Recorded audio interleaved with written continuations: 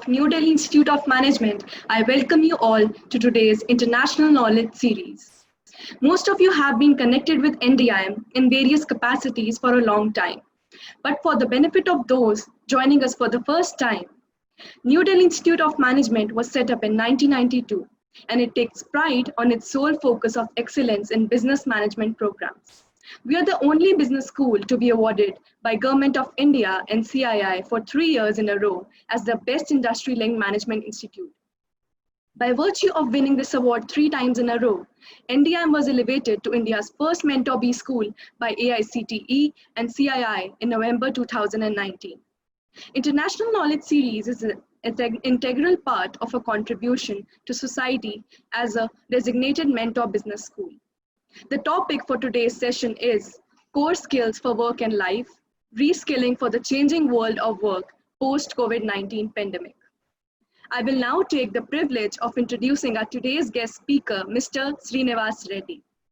Mr. Reddy is Chief of Skills and Employability Branch at International Labour Organization, Geneva since January 2018. He joined the ILO in the year 2000. Prior to taking up this position at ILO headquarters, he was country director of the ILO office in Bangladesh during 2013 to 2017. Mr. Reddy has previously been a senior advisor on technical and vocational education and has served as training and skills development specialist. Mr. Reddy has worked in ILO field offices in India, Indonesia, and Bangladesh. Mr. Reddy's professional career in industrial relations, skills development, and general management has spanned over 30 years. During his career, he has specialized in promoting tripartism and social dialogue with particular interest in skills development and global supply chains. We welcome you to NDIM, sir. A quick note to all the participants, Mr. Srinivas Reddy will be taking questions at the end of this session. You can ask questions by typing in Q&A tab at the bottom of your screen. May I now request Sir to begin his session. Thank you very much, Angela. Thank you, colleagues at the NDIM, for giving us this opportunity to talk about some important topic today on core skills. I was telling your registrar that the core skills and some of the work that we do is an important element of the future of work. Okay, so I will be talking about core skills for work and also life. The second part is also important, actually. What do we do and why do we do anything that we do? And as Angela said also about the reskilling and upskilling for the changing world of work, and particularly in the post-COVID-19 pandemic. I would like to take this opportunity to congratulate all the young people that you are finishing your second year and trying to enter into the labor market. It's a good opportunity to reflect. Try to use the opportunity to interact with all of you and see if you have any questions relating to the core skills or skills in general or ILO or our work in general or my journey from India to moving to the ILO for the work and my experiences. Anything that is of interest to you, we can discuss. I can be very, very flexible. I'm not fixated on anything. So I'll just take you through some of the key dimensions of the core skills that we are working on. It's an interesting topic from different points of view. What I'm going to share with you is a lot of common sense issues. Nothing is path-breaking or nothing is new to you. You may have heard all of this before, but I believe in some simple thing like common sense. Unfortunately, is not always common. We feel like we know the things, but difficult to get to grasp. So in that context, I'll be talking about core skills for the changing nature of work in the world, and how are we affected, and what are the major drivers that are affecting the world of work today. As you all might have followed, ILO has just completed 100 years last year, was established in 1919. So in 2019, we celebrated the first centenary of the ILO. And one of the topics we deliberated all over the world, in all parts of the world, was future of work, how the future of work would look like, and what type of jobs will be there in future, and therefore what skills will be required to undertake those jobs. So that was nearly 2.5 years of exercises we have done. And then when we began this year, the COVID pandemic has come. So before the COVID, we were actually deliberating on some of the global mega drivers like disruptive changes that are including technological advances. You have the artificial intelligence and all kinds of things that you know better than me in terms of the rapid changes in technology, which is requiring practically changes in all walks of life, including everybody's life and everybody's work. We have seen the mobile revolution and all kinds of digital revolution. So we are not talking about, if we say, for example, 10, 15, 20 years ago, when I was at the university, even a few decades ago, what we learned in the university is very important, but that is not what we are expecting to deliver today. Similarly, the whole issue of transition to environmental sustainability, so the green economy, is a major factor that we need to take into account. How are we equipping ourselves for a better transition to greener economy and a better transition to digital economy? And massive movement of migration, people from all parts of the world. While still there are many restrictions, while there is free capital movement from anywhere in the world to anywhere in the world, but there is still restrictions for people to move from place to place because we have a political economy that dictates people movement. Similarly, demographic changes, as we know that now the lifespan is increasing and people retirement ages are being shifted, and there is more and more need for continued work of people even into late 60s, not 50s, late 60s even, and even to early 70s. So how do you really equip people to continue to work and become employable, even for older workers? It's not just about young workers. So all of this has shown several dimensions of transitions. So the first transition is transition from school to work.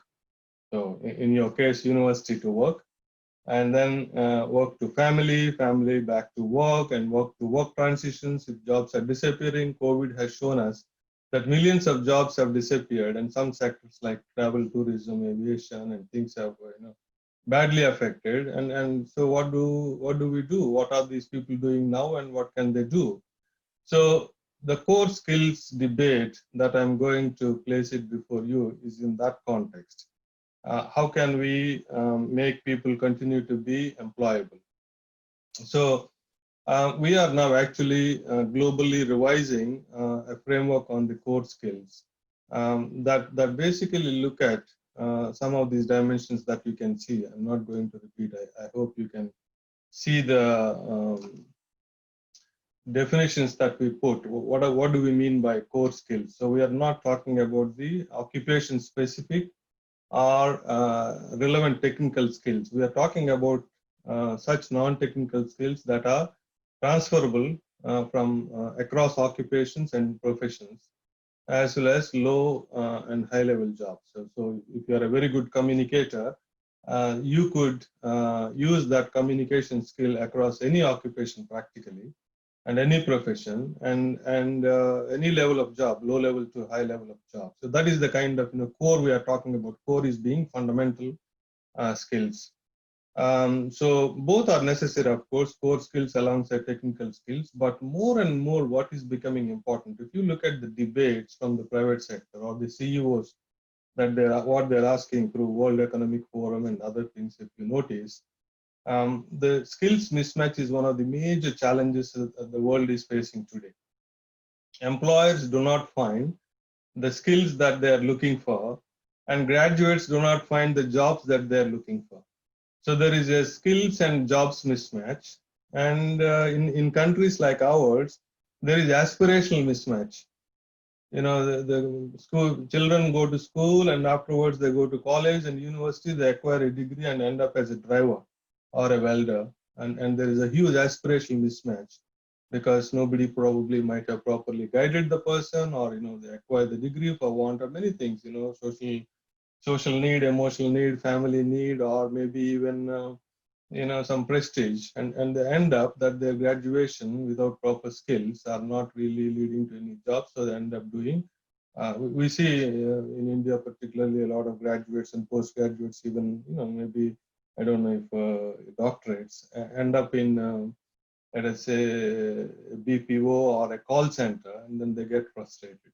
So there is the skills mismatch and aspirational mismatch and jobs mismatch. And so we are investigating from those points of view, what is actually fundamental for everybody to, first of all, be, conversant and really take control of, and then look for jobs in different sectors.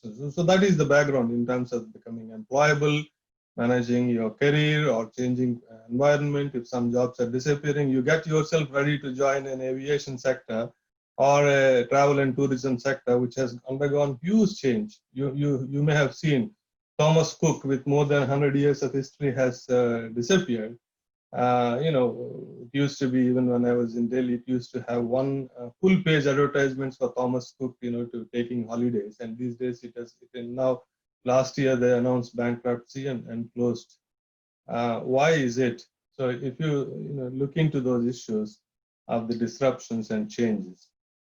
So we are also introducing the life element into this. Some of these core skills are not just for work, but also the life element.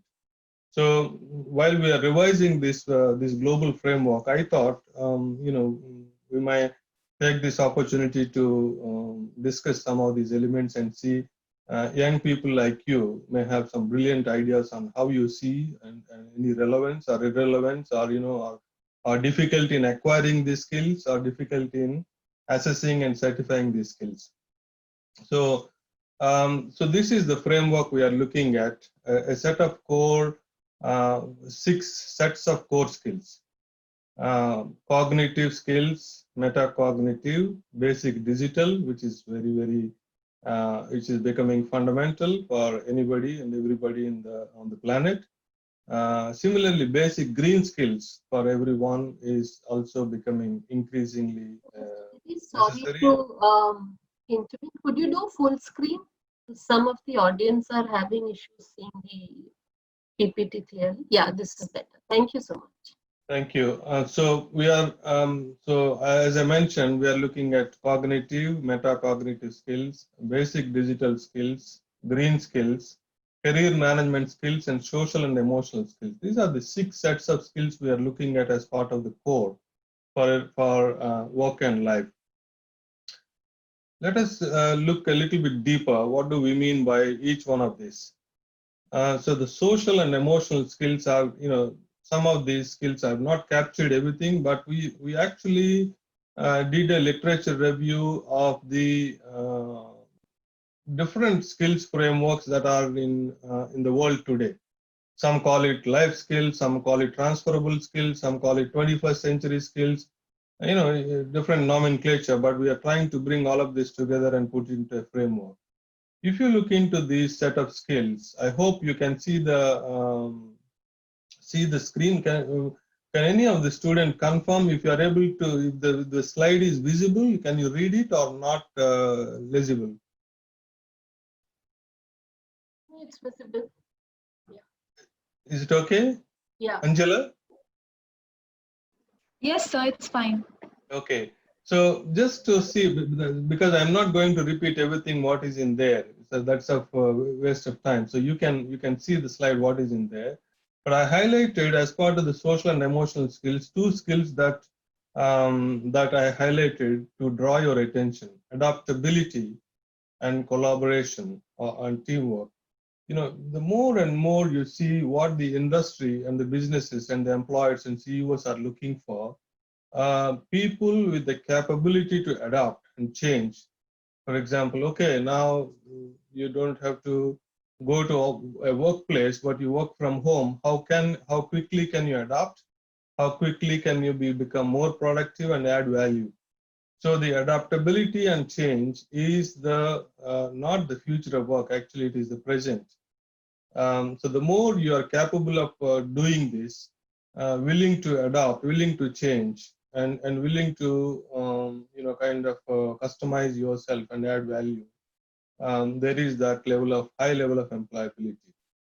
Similarly, working in teams, working in isolation, I think, is gone, long ago.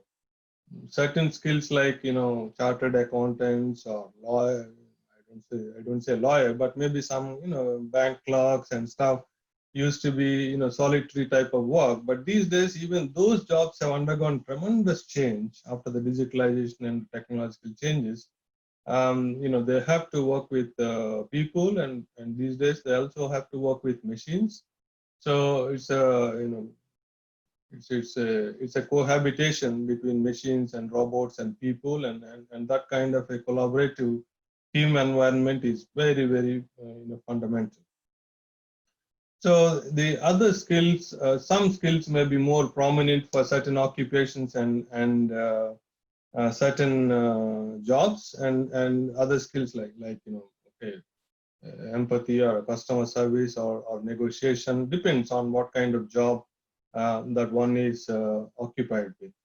So this is the social and emotional skills. This is also our studies during the future of work has have very clearly pointed out that many jobs might be automated and robots might take over, but the social and emotional skills are less likely to be affected um, by the automation.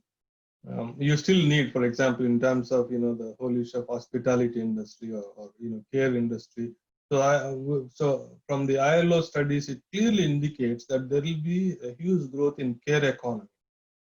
Care economy, taking care of children, taking care of adults, taking care of sick, and taking care of disabled, or taking care of people in the hospitals or hospitality. That is going to grow in future, and that is not going to be in threat, because the more the social and emotional skills, the empathy part of it, and showing that human skills are going to be continuing to be relevant. Looking at the cognitive part of it, so cognitive, you're all very familiar, certain foundational skills like reading, writing, and speaking. So you have those critical skills in terms of basically acquiring those foundation skills in the initial days, and the early education is very important, and therefore it's not an option not to have the early education in a good shape, the foundational skills. Now, in addition to the foundational skills, in terms of the cognitive skills, more and more employers are asking, how can you create value by your original, kind of initiatives to innovative thinking or innovation, creativity, and communication. I highlighted these two. Rest are also very important, but being a good communicator and being able to bring original ideas, your own original ideas and innovation in thinking is very fundamental. One of the challenges that the world is facing today is, if you say you are a very good communicator, but at what level, how do you really assess and certify and demonstrate your capability? Everybody thinks I'm doing well, but you're at what level? This is the challenge to the education sector now, to be able to continuously assess and certify the skills of the people. Right now, you're passing out your education. So you are at such, let us say, level, whatever levels you can say, level 5 on communication. But 10 years down the line, 20 years down the line, your communication skills will be much higher. So we don't have a system by which these changing skill sets are assessed and certified on a continuum and dynamic basis. The technology world has got it very well already. If you are in the IT industry, they will constantly update new technologies and they assess and certify. So the certificates are given by the private sector, Microsoft or IBM, or somebody saying you are C++, 20 years ago, and now you are AI 6 or 8, that kind of a certification and assessment that the market can recognize and which is valid, which is credible, which is not manipulated by market players, is going to be very important on these core skills. So that is going to be the new business in terms of continuous assessment of skills of people, core skills of people. For example, you take my case, if 30 years ago, if I studied, some communication, and today's my communication skills, I don't have anything to really demonstrate to anybody. If I'm going to an employer and say I'm very good communicator, so they will put me into different tests, and I have to pass, I have to demonstrate, I have to say I know this person, that person, I worked in that and there. So I think that is the future. The more you are able to really acquire new skills and get assessed and certified and demonstrate your skills, how you applied, that is going to be very, very useful in future. Metacognitive, this is, I think, people from the East, all of the East countries, we are blessed with a lot of traditional knowledge and wisdom of self-reflection. This is so fundamental. It is becoming in future and even now. The more and more people are able to really pause and reflect, where do they stand, that is going to create a lot of additional value. And in that dimension, learning to learn new things, learning to unlearn, and also learning to learn. So we should never pretend that we know everything. At the same time, this is also, again, I say it's common sense, but most of these times it is absent. So how can we learn to learn, new things? For example, children are even better in terms of digital skills, etc. But these days, usually the adults resist. So the resistance to new learning by adults can be overcome if we groom children from early age on learning to learn. Some of the schools that they prepare, okay, you finish your examination, you throw your books, you are done for the life. No, sorry.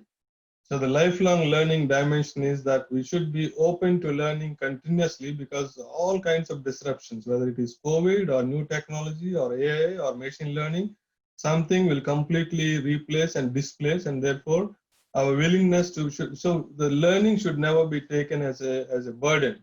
If we prepare people like that, you finish your examination, you get your grades and throw your books, then we are preparing them in a very, very wrong way. I don't have to explain this. I think all of you are fully familiar these days. The mobile revolution and digital revolution is in, and therefore this becomes core for everybody. Similarly, green skills, some of you still might not have realized, but it is very important that the world is going through this climate disruption, and we need to be fully aware of what are these green skills that you can bring to the table to an employer. In every workplace today, has to strive to achieve green, because the global supply chains or the global consumers are looking for where is this made, this product, and in which conditions are they friendly enough, is it green enough. So your own awareness on how can you really save energy or reduce wastage or recycle wastage at individual level. I'm talking about, it's not talking about the industry level. At individual level, our own awareness is becoming also very important. Similarly, when it comes to the career, I think this is also totally self-explanatory. I do not spend time on this, but just to remind that it is your own responsibility to set the goals and really plan and organize and manage yourself. This is the kind of presentation and some of the issues I wanted to share, and I hope this is useful. Thank you, sir, for such an insightful session. I think I will be speaking for everyone that we have gained a lot in this session, especially the core skills required for future jobs. Thank you. Would you want to just give a brief overview to the students about how ILO functions? Yeah, sure. Yeah. And then we can take up the questions. Sure, thank you. I hope some of you know ILO, if not all of you, because some people still, whenever we try to introduce ILO, they'll ask what is this about, and but I expect that the management students must have come across ILO somewhere.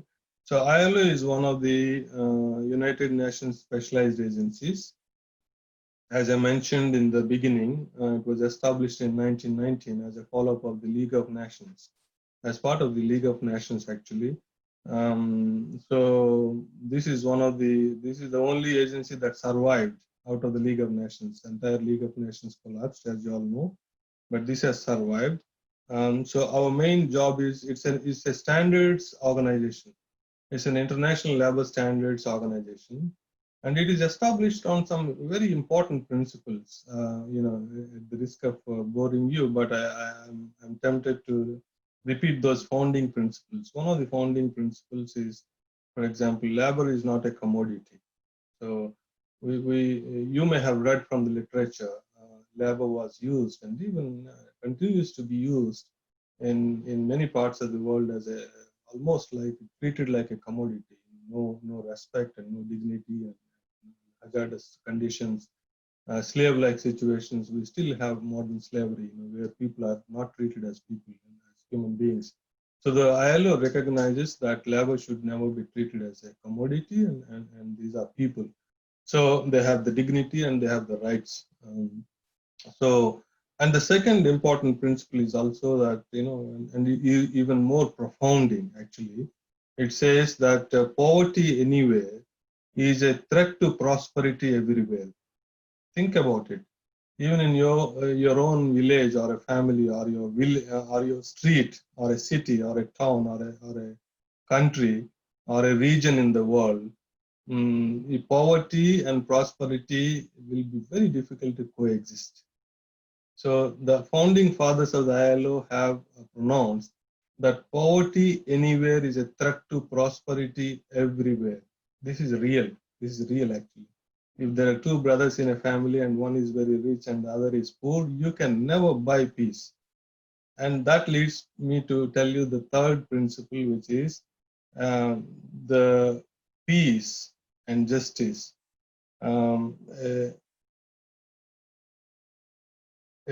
It says that the perennial peace and justice is only possible if the society is established on the principle of social justice. So you can buy peace temporarily by giving some money or something, but if it has to be perennial, it has to be a continuous peace, then it has to be, the society has to be established based on principles of social justice, meaning everybody has to be treated equal and people have human rights. So these are some founding principles for which ILO strives to promote, social justice and peace. So it's an agency that promotes social justice, that promotes equality, that promotes opportunities for work for people all over the world as a matter of right, actually, and people. So what we do in order to realize these principles and values, we set international standards. So what you experience today, you may not notice, but your 8 hours of work or a weekly holiday or your maternity leave, or, all of these entitlements are based on international labor standards, which we set as conventions and recommendations.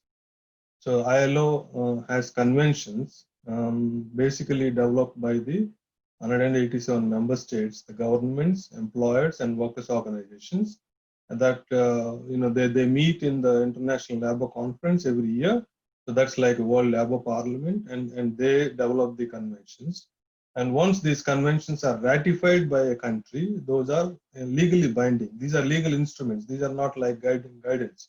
These are legal instruments that every country is expected to follow. If not, we have a supervisory mechanism by which we can track. So we have that monitoring role to be able to see whether a country is following those conditions or not. It's not open. For example, it's not open for India now. We are affected by COVID. We are now we are going to change the labor law and see and move to a 10-hour work day. No, it's not possible because there is an international standard on on all of these working conditions and employment terms.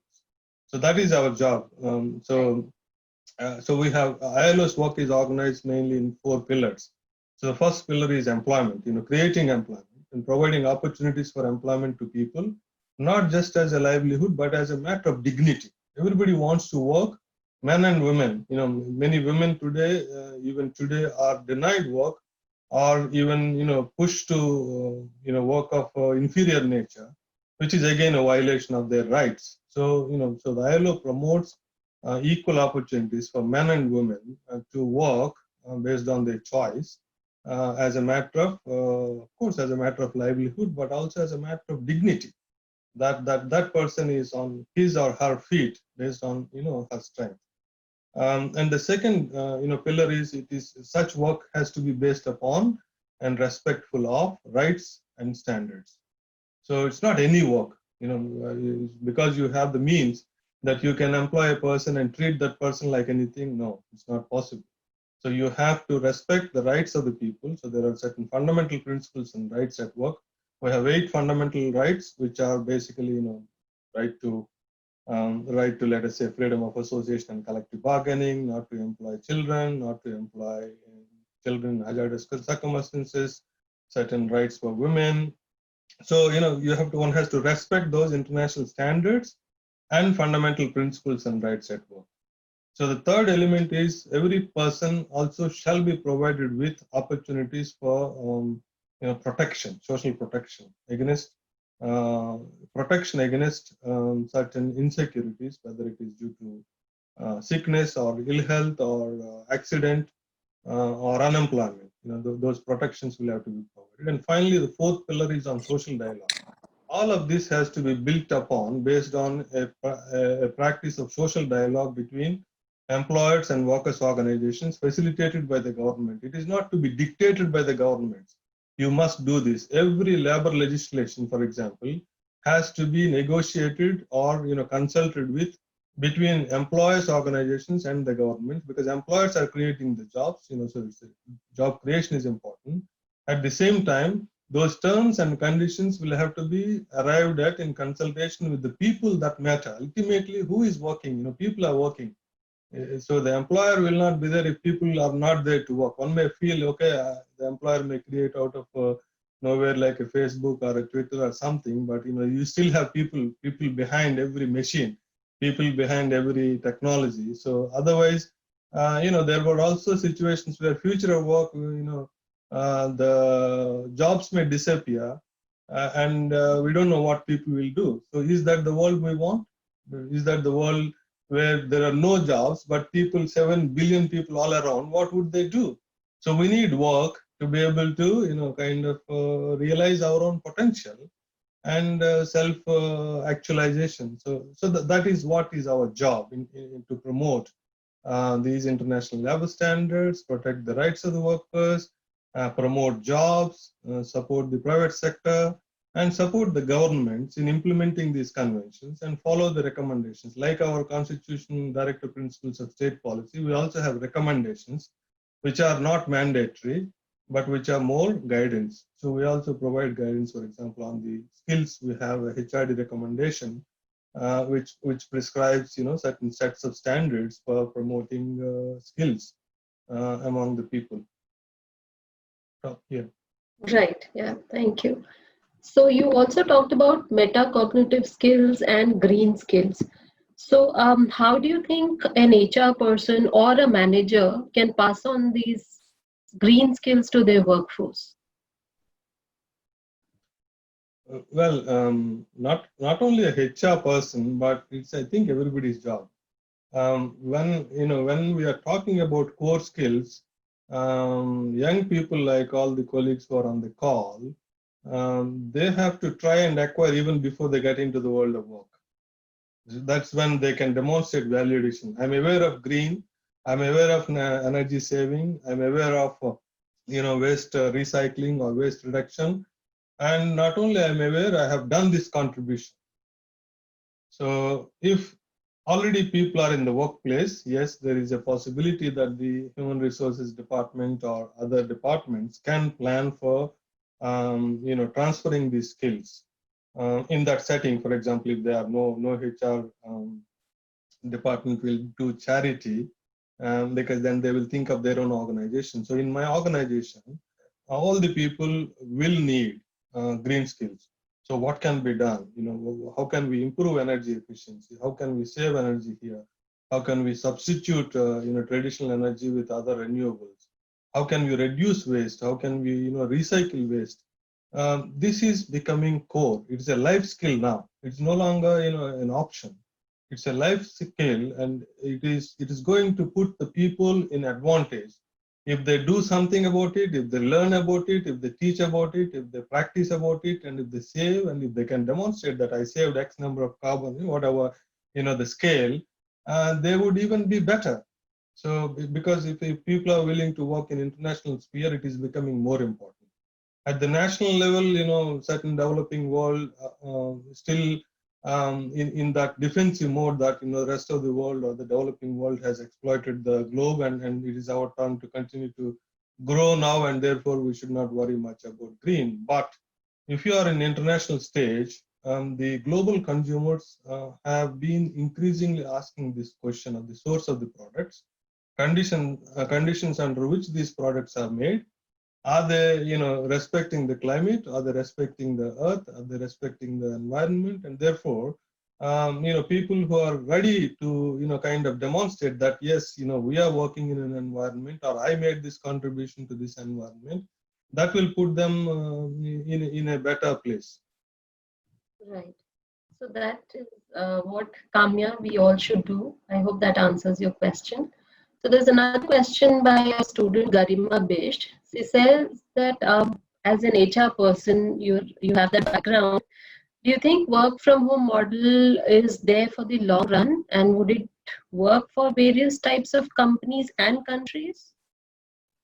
I think it is. This is one of the very positive spin-offs of the COVID. COVID itself is unfortunately very, very bad, as we lost millions of people, thousands of people in different countries, and millions of people have suffered. But I think this is a very, very positive spin-off in terms of really working from home and reducing the travel. We at the UN, we have realized that there is absolutely no need for so much of travel to be undertaken. So, I travel from Geneva to, let us say, Montevideo in Uruguay, all the way, some 20 hours or 24 hours of flying, and, you spend a workshop there, and you address 40 people, you talk to 50 people, and then you come back. So much of waste of my time and energy, and also the carbon consumption. But by sitting at home or wherever, workplace, like we are doing now, interacting with 250 people, with practically, I would not say zero cost. Our time is, our time will count, but we are saving a lot. So working from home is the new reality. This is going to stay and increase. It's not going to go away, because it offers some definite advantages. You have the flexibility. For example, we were working from home for 3 to 4 months. We are back. We were fed up continuing. But if there is a good mix of working from home and working from office, I personally, my own learning is there is absolutely no need for each one of us to go to office every single day, beating this traffic and all. In Geneva, we don't have the traffic. I walk from home to work for just 9 minutes. But I was in Bangladesh. One day I was attending a meeting with the foreign secretary. I spent 2 hours going to the foreign office, half an hour meeting, and coming back to my office another 2 hours. So 4 hours I spent in the traffic to attend a 30-minute meeting. So that was the kind of situation we were going through, and we can avoid a lot of this. So it's a new reality, and it is in many ways it is good. But at the same time, from the ILO, we are also very conscious of the fact that there should be a good balance in this. Family, work-life balance is important. It's not because you are working from home, around the clock, whenever you open the box and try to send an email, or employers trying to misuse the people that you're working from home, you're on WhatsApp, and every time you should know.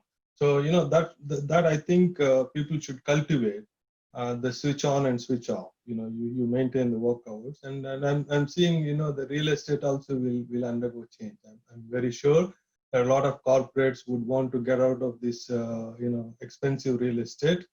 So commercial space probably will be used to put to use in manifold ways. At the same time, residential units may be even offering home offices. I've seen some advertisements from Hyderabad or Bangalore.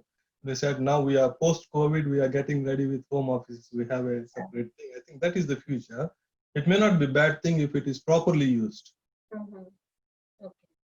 And there's a question by Shashidhar who says that is it the right time for the gig economy work model to come to the mainstream, especially in the manufacturing and the services sectors? Well, gig economy is already there, whether we like it or not. So some of us have reservations about the gig economy because it may not respect the, again, rights of the people.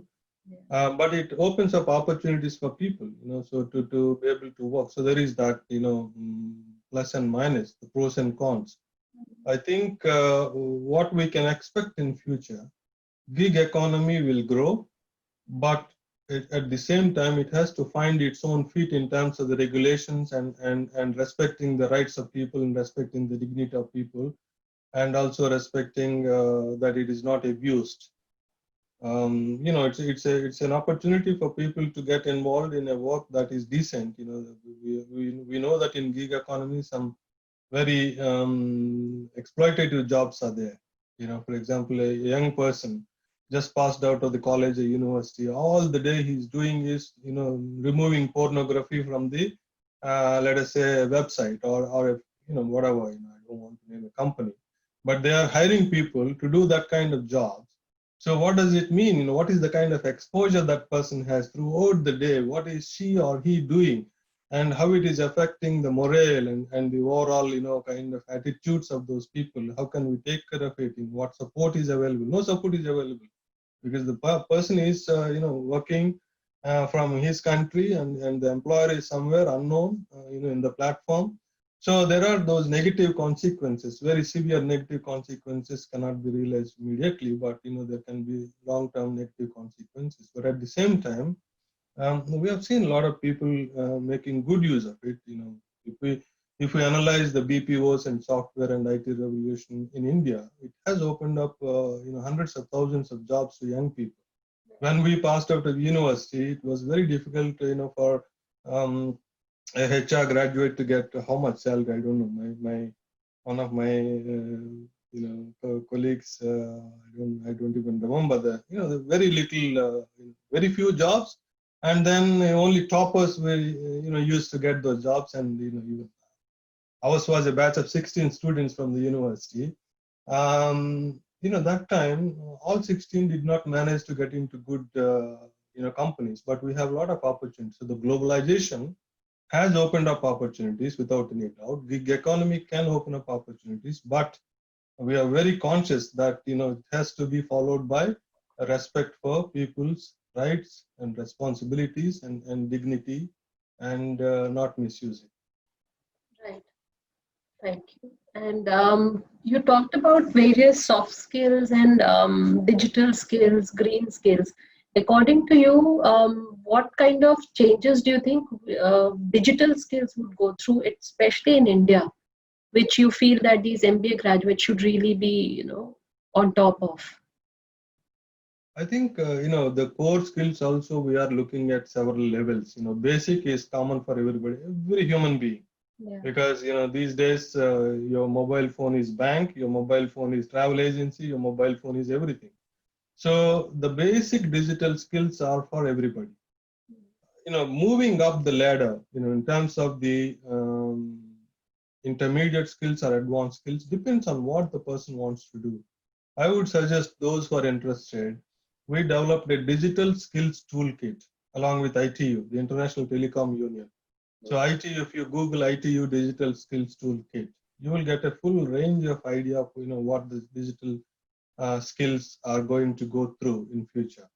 Obviously, from up to an advanced level, if you want to end up in IT sector, work for a Microsoft or Google or Facebook, you are talking of a different skills that that are not even existing today, because those jobs will be different.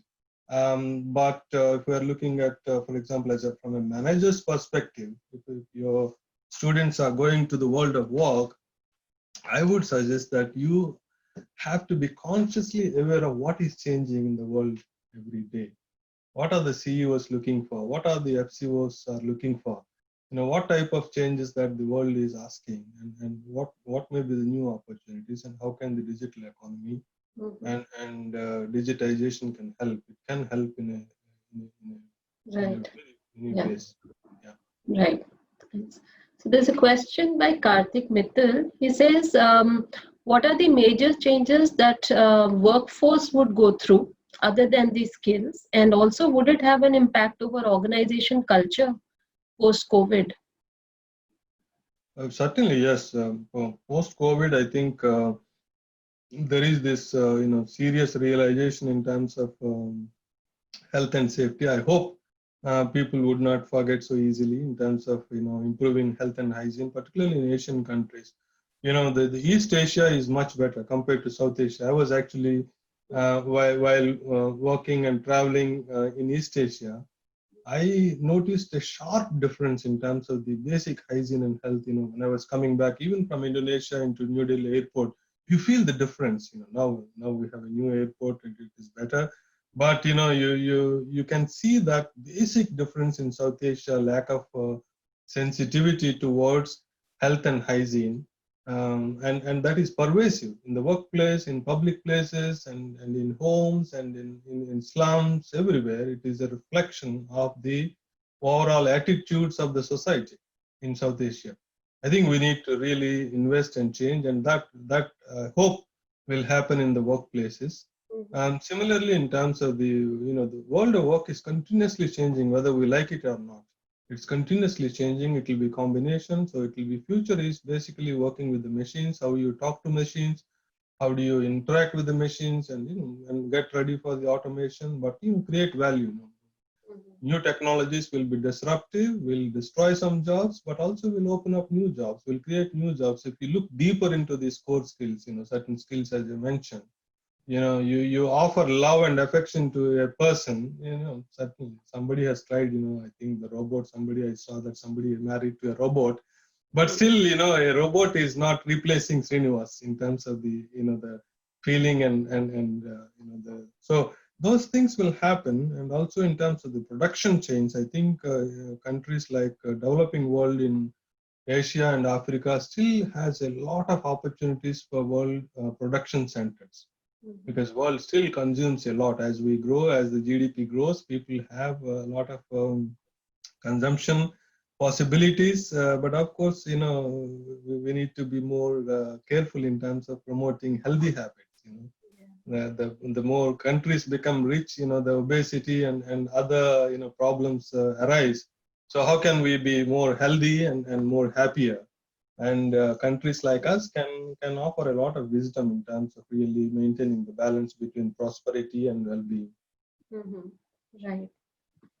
So there's a question by Garima Sharma. She says that our country has programs like National Skill Development Mission, and to upskill and probably skill training and certifications for workforce. So do you think it is going to be really effective, and yet results are not being delivered? Is that the right way to move forward? Well, I have not personally gone through what these programs are about, but I think the intentions are good. The Government of India intention to establish these skills programs and work with the industry and work with the private sector and create value.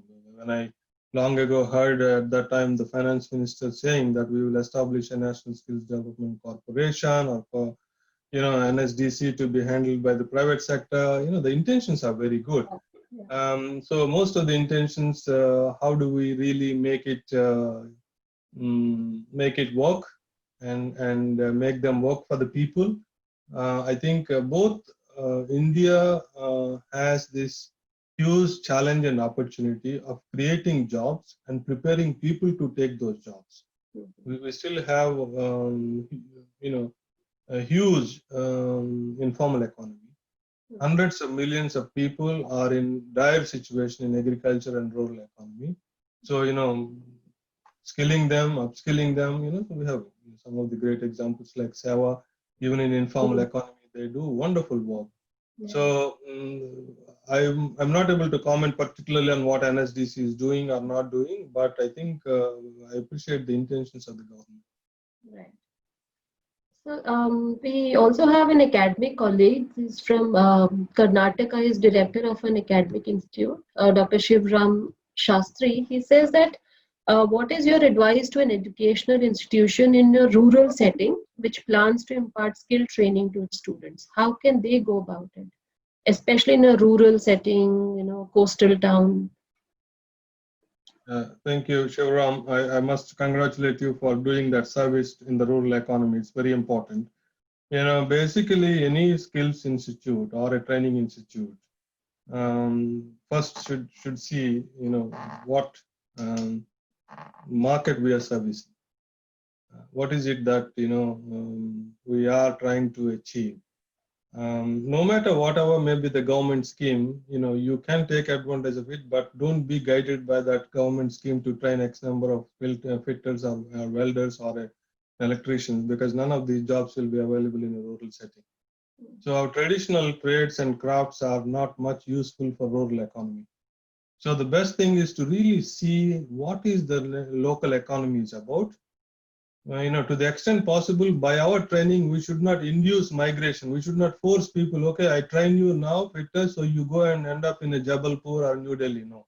So we should not push people out of their own habitation in search of jobs. How can we add value? It's easier said than done, but a thorough understanding of the local economy, value addition, creation, adding value to the products there, or creating some enterprises there. It has to be a combination of skills development. Should not happen only as a supply mode, but it has to see where are the jobs going to come from. Are there existing jobs that can be improved? What are the opportunities that so you interact with the local businesses or local enterprises, local development agencies or government agencies, or prepare a comprehensive package of employment generation and then get people ready to take those jobs, not in a sustenance mode, but in a value addition mode, in terms of them taking part of it. I think these days there are a number of opportunities in rural economy, but we have to have an ambition whereby we support the people to go to the next level in terms of agriculture. These days a lot of mechanization, a lot of automation, a lot of connectivity. You have possibilities of e-commerce and marketing. Can you tie up with maybe another? You are in Bangalore or Karnataka, you have a lot of multinational corporations looking for, supporting rural economy and farmers. So how can we link? What products can be produced to service those multinational corporations, or can we provide a direct market linkage or direct opportunity for contract farming? I have heard Government of India is opening up contract farming. So, avoid the middleman and try to add value to those people and still, these days, your skills in agriculture have to undergo major transformation because they have to work with, advanced machinery, they have to work with e-commerce, they have to work with mobiles, they have to work with digital economy. So it's no longer illiterates doing the agriculture with a bunch of animals. No, it is changing and productivity has to improve, and there is that possibility. So in a rural setting, I would say you just don't limit yourself to only a skills initiative, but look at the overall local economic development and value addition, and then skills or preparing people to take those opportunities is what I would suggest. It's not easy. I'm sorry, I'm not giving this guidance from a theoretical perspective, but I've seen it in the field. A lot of our skills interventions, if it is purely supply driven, will fail because we will be wasting our investment, public investment, and time of those people. Next time they will not be responding or respecting our offer because they know that, when I was in Indonesia, I went to a village and I went to a town actually, and 20 women were taking tailoring course, and very good, and they feel happy that they're learning something. I asked them, what are you going to do with this? They said, yeah, I'll go back to my village, and if somebody is coming to stitch, and I will do. So how many of you in the same village, 4 or 5 of you, do you think you have opportunities? Are there no tailors there? Yeah, there are people, but what will you do? So they have no clue. And you ask the training provider, if you do some grilling and they say, we have been doing this for the past 25 years, this is all what I know, and therefore, I'm doing this, and this is supported by the government. You see the missing links. There are absolutely no link to the market. These days, a tailor, unless they are really professionals, they cannot compete with an automated machine. How can they stitch? You don't need a full-fledged tailor to make a complete cloth, because each part is made by machines at hundreds and thousands of times faster. So those training programs have to be completely dumped. They have to go. This is the inflexibility in our training system, that we cannot get rid of anything that we have been doing for the past century. Yes, that is the challenge before us. So Nitesh has a question. This is related to the social security and social protection. Do you think that any changes would happen to the social security laws across different countries post-COVID? I mean, looking at the economic, impact of COVID, would there be any changes to that, or do you see any tweaking in those laws happening post-COVID? Post-COVID, I hope the realization will come, because one needs to offer protection. This is also an international debate is happening now. Occupational safety and health should be a fundamental right. There is no consensus still, because right now even basic occupational safety and health is considered as something that they are giving, or they are doing a favor to the worker, which is not. It's a right. So you go to a workplace, you don't want to get your leg or hand injured, or you don't the family doesn't expect that a person is dead by going to work. So I'm sure COVID has shown different manifestations of the lack of or the dangers that we can encounter. A small little protein kind of a thing can destroy the lives of people all over the world. But in terms of the workplace safety and also protection, I'm sure there will be better realization, and you can see more strengthening of laws and even international guidance to improve workplace safety. What about the profession of HR? Would it go through a major change post-COVID? I mean, that's something Anushka would like to know. Well, post-COVID, everything is changing in the world, has changed already, because our HRD department in ILO is one of the busiest departments due to COVID, because they have to adjust to a whole lot of new reality. Okay, we suddenly asked everybody to work from home, but do we know that everybody has a room and office to work from home in their offices? They will not, because people take their office, their homes to cater to their family. But so how can you strengthen working from home? How can you support people, and how can you really enable them? And how can you trust them? A lot of us operate on an insecurity. HR people operate on insecurity that people would need supervision and guidance and direction and control.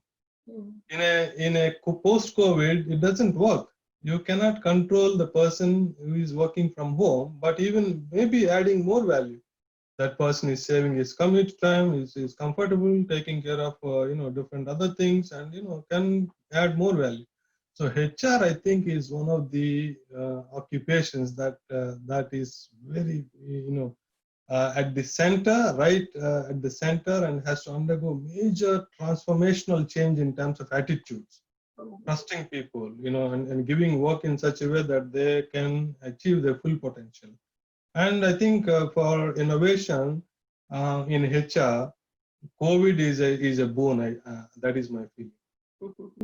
So Kamya has a question. She says that big companies, are working towards reducing their carbon footprints. But what about medium and small enterprises, the MSME sectors? Because they have to balance out their costs, they have to balance out economic perspective. So how do they contribute to this aspect? So on the carbon footprint with the MSMEs is a challenge, without any doubt. I think we should not also underestimate what an MSME can do even without actually additional cost. For example, I tell you one very classic example that I have experienced. When I went to visit a workshop in a small town in some country, there are, that's a kind of repair shop. So there are live wires hanging everywhere, and there is electricity, and people are working. It's quite dangerous. And so I asked them, if you, for example, if you want to close this live wire and put a plug there, how much would it cost? Something like $1 or even less. So I asked the employer, can you afford this? He said, of course I can afford. But so I asked, why don't you do this? He said, yeah, I've been doing this for the past 10 years like this. Nothing happens, no problem. So it's a lack of awareness. So if we invest more in terms of even MSMEs, how can they recycle the waste, or how can they, save energy? What are the other options? Can they put a solar panel? I don't know. There may be many opportunities. Obviously, they need support, and if they can link to a global supply chains, or public sector undertakings, or government of India programs, or whatever, there is possibility that they can do without much, a lot of additional costs.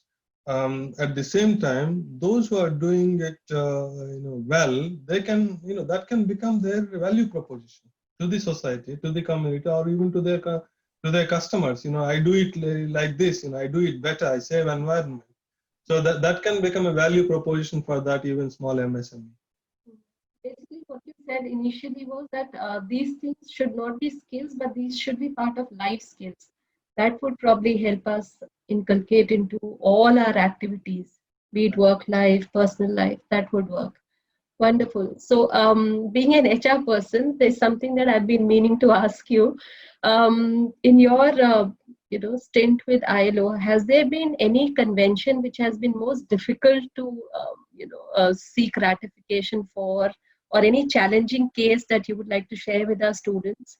That this was one convention which had a lot of, issues, doubts from various member nations. So the practitioners of industrial relations and labor legislation will know better.